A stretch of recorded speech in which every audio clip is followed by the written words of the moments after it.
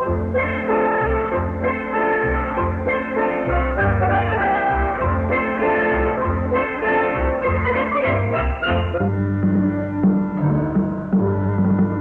story begins in the ancient country of Persia, in the city of Baghdad. One day, a porter carrying a heavy load stopped to rest near a beautiful home. He looked at the splendid house and said, "How is it this man has so much and I have so little?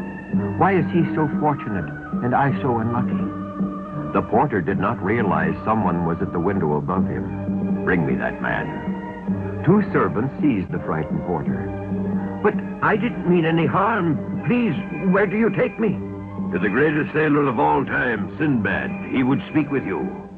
So the poor porter was brought before the owner of this fine house, Sinbad the sailor. "Spare me, O master." Do not be afraid, my friend. I heard your remarks as you rested, and I would like to tell you a story. A tale you will never forget.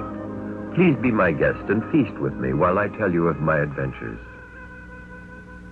As a young boy, I was very poor, but I was determined to search for my fortune. I decided on a sailor's life and signed on as a deckhand on the Golden Fleece. She was the most beautiful and fastest ship that ever outraced a pirate craft.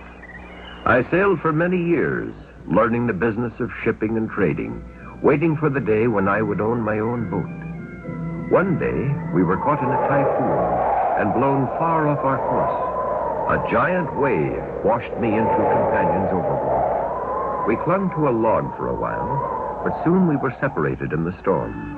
Then, night fell over the violent sea.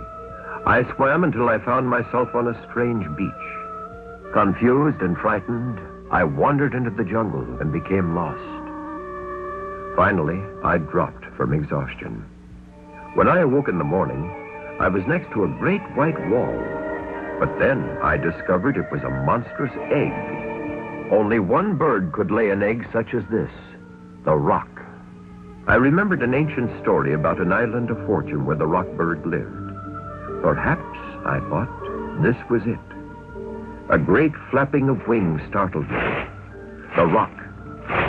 I hid under the egg, wondering what to do, when I had a desperate plan. I tied myself to the roc's leg, so that when he flew high above the trees, I could get my directions. As we went higher and higher, I could see a river leading out to the ocean. Finally, the great bird landed in a cave high on a mountain. A strange light came from within. Untying myself from the bird, I sneaked into the cave and could hardly believe my eyes. The island of fortune. For there was a treasure in jewels beyond any dreams. I filled my pockets and clothes with as many jewels as I could carry. When the roc had gone, I sneaked out of the cave and down the mountain. I constructed a log raft and let the river carry me towards the sea. Suddenly, I was no longer moving. The raft had stopped. Then I saw why. A monster 20 feet tall had grabbed the raft and was lifting me up in the air. He had one huge eye, large ears, and an ugly mouth. The hideous creature paralyzed me with fear, for I expected to be killed at any moment. The beast took me to his nearby cave and dropped me into a cage, and I saw what my fate was to be. There, tied to stakes, were my two shipmates. The monster was going to cook and eat them. I couldn't see any way of escape. My only hope was to distract the giant somehow. Then I thought of the jewels. While the beast gathered wood for our barbecue, I fashioned a string of dazzling gems. When he returned, I dangled them to attract his attention. The flashing almost hypnotized the monster. He opened the cage door and grabbed the tantalizing jewels while I slipped out. Quickly, I freed my friends, and we ran for the river in my raft. The eye of the creature was only interested in the sparkling toy, which he had now placed about his neck. But we didn't know how long that would be. Just as we reached the ocean, we heard the roaring of the monster as he came crashing through the jungle, looking for his runaway dinner. He saw us and started wading out faster than we could push away. The jewels sparkled as he moved. Just as he was about to grab the raft, a great shriek stopped him, and he looked up.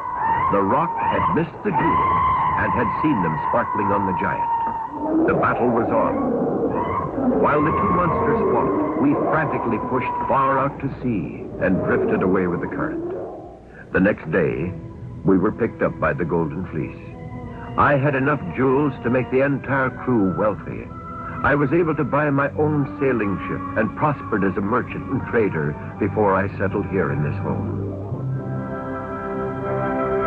And so, friend, you see, I earned my fortune in a great adventure. For listening to an old man's story, I present you with a gift.